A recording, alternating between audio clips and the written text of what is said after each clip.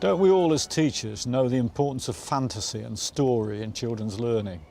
Don't we also know just how difficult it is to record children in extended conversation when they're very young? This next clip is an absolute gem. We see Chris and Ella from the Willows First School in West Sussex talking about their recent visit to a castle and what happened next. We went to Porchester and we found a golden egg when we were going back to the coach. And when we came to school, there was a dragon, baby dragon, behind the pewter.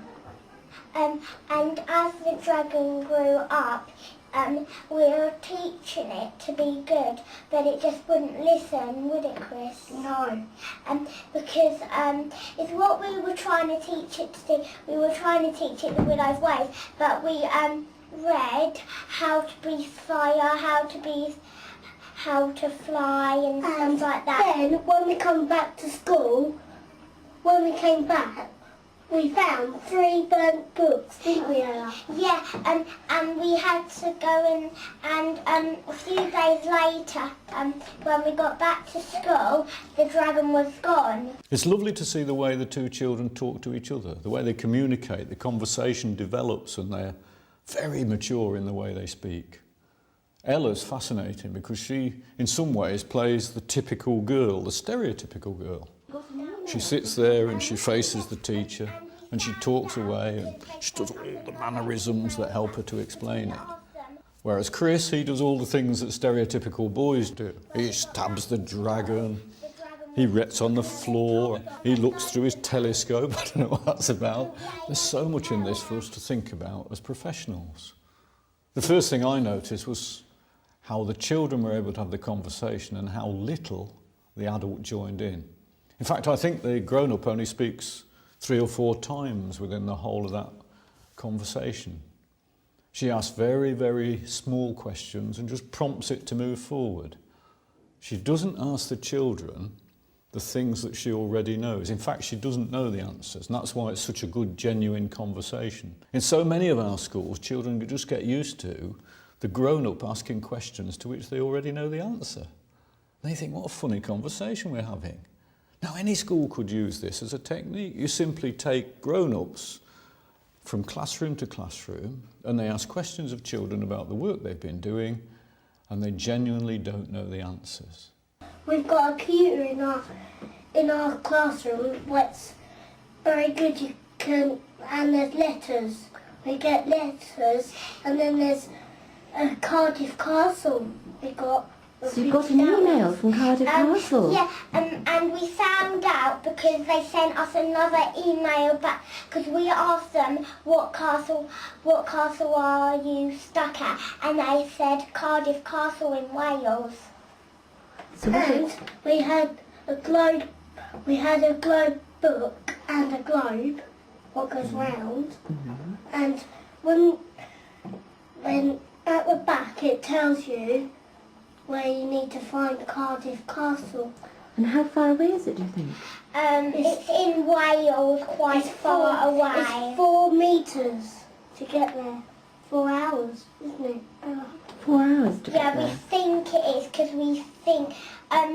Did we find it out? Yeah, because we were in Lancing and there in Wales, so it's quite far.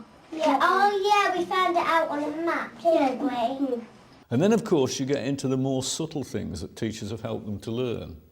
How to use the globe book and look at the back for the index and find out where Cardiff was.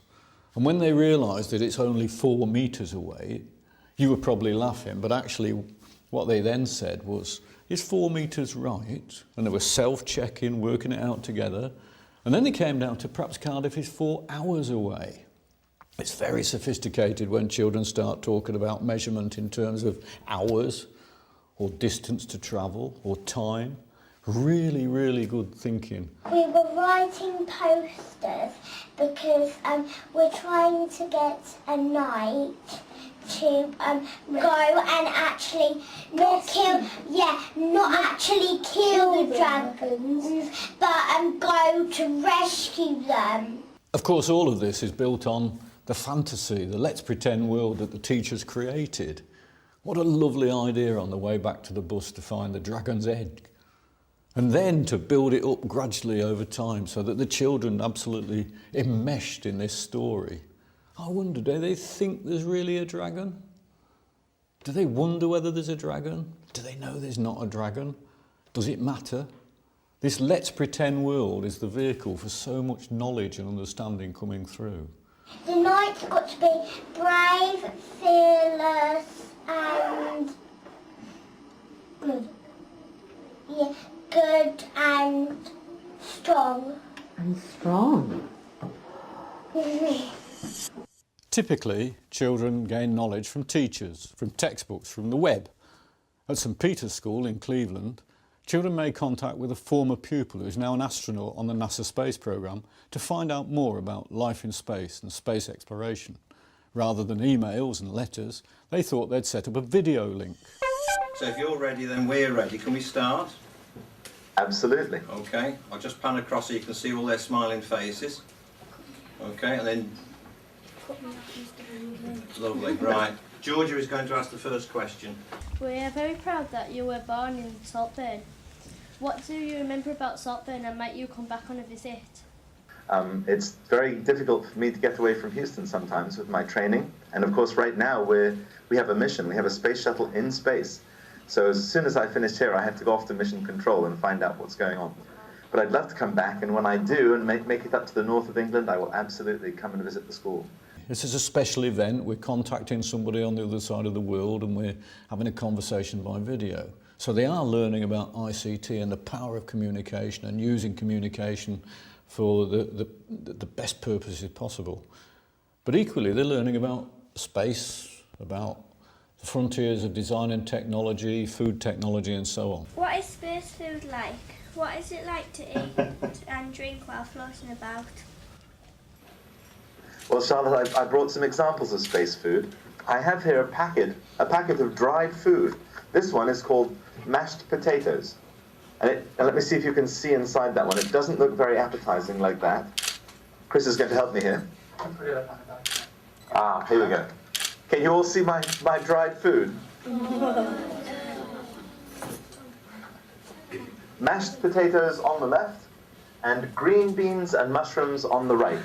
Most schools in England could track down somebody that they could follow through and get in touch with to ask, what are you doing now and how did you get to the position you're in? They don't have to be astronauts. They could be people who are baggage handlers at the airport, porters at the hospital, somebody who delivers post, somebody who's in charge of a bank. How did they work through their career? What difference did schooling make? Somehow we've got to show children the point of all this learning so that they can see how they can map out a future for themselves. Hello, Dr. Patrick. My name is Ben. Can you tell us what it is like to take off into space? Is it frightening? It's not frightening, but it's very exciting.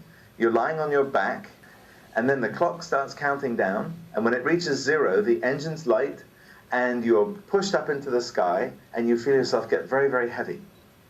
And this goes on for 8.5 minutes. And by the end of that, you're traveling at about 28,000 kilometers an hour. So schools need to be outward looking, trying to find people who can help them, looking for people with the expertise in the local community to make possible what will change children's lives and move their learning forward.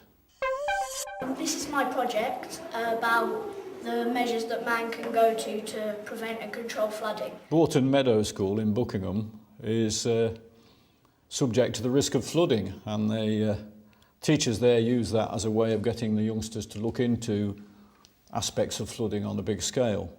This is Connor, Year 6. I think it's a really good film for showing what Connor knows, what he's found out, and what he understands. Then, once we had all our information, we brought it back to school so that we basically, first of all, we did a first draft of all of it so that we could change bits if we needed to. Then we wrote it down in our books, and then we wrote it on this. You can see his understanding of the process he's gone through. We took it home and we did some work for homework and we planned it, then we brung it back to school, And of course, when we brought it back to school, we worked on it. And he knows as much about what he doesn't know as what he does know.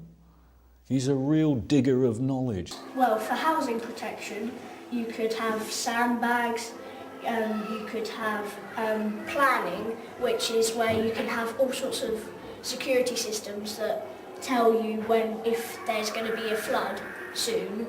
I looked it up, but I couldn't really find out how they do it. What you see is a youngster who's in control of himself and in control of his own learning. It tells you something about the way the teachers operate, doesn't it?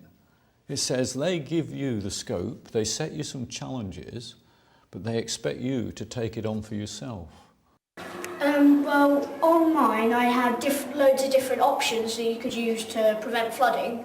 You could have, well, they split them into hard and soft engineering options, which basically are only used for not just, say, a house, but say the whole town or something. But hard engineering options basically means expensive, and soft means cheaper. One of the problems we face in Britain is to encourage young people to take up careers in industries such as engineering. Often they don't see the link between the world of work and what they do in the classroom. So how do we encourage them to know more about things? Well, one way is to ask each other. What made you decide to work in the engineering, especially when it's such a male world? I was always interested in engineering type work. At first I wasn't that bothered that it was so male dominated. And did you know any other girls that were already in the industry? Not when I first started looking, but I do now. This film is part of a media diploma programme where the youngsters are working out how they would operate cameras, how they would construct interviews. So it's actually children's work.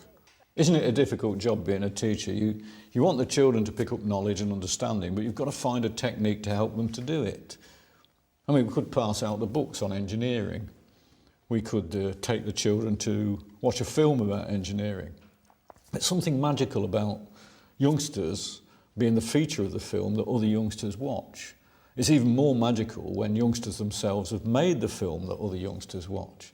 And so there's something about the way in which the teachers set this up and made it happen that gives it extra oomph. What did it feel like being almost the only girl in the industry? Well, when I first started it was really scary because there was just men everywhere, and it was really hard to get over that, but now it's fine. So you are looking forward to your future career? Yeah, because I love my job. There's so much to learn and it's always interesting. In these 4 clips today, we've been able to see children using knowledge in different ways. They're all about children talking to each other, talking to grown-ups, talking just to a camera. They're about children showing what they know, but also exploring things that they want to find out. And what we see is these children really fascinated by learning about the world in which they live. Whether they're teenagers who are on the brink of work, or whether they're small children living in a fantasy world that's so exciting. And of course, what's helping that knowledge to grow is the experience that children meet and those brilliant teachers who are helping them to meet it. Let's keep opening the door to knowledge. It's so important. I wonder if you've captured a really inspiring piece of learning on video. I'm looking for short video clips to use in this series. So visit the Teachers TV website to find out how you can send your videos to me.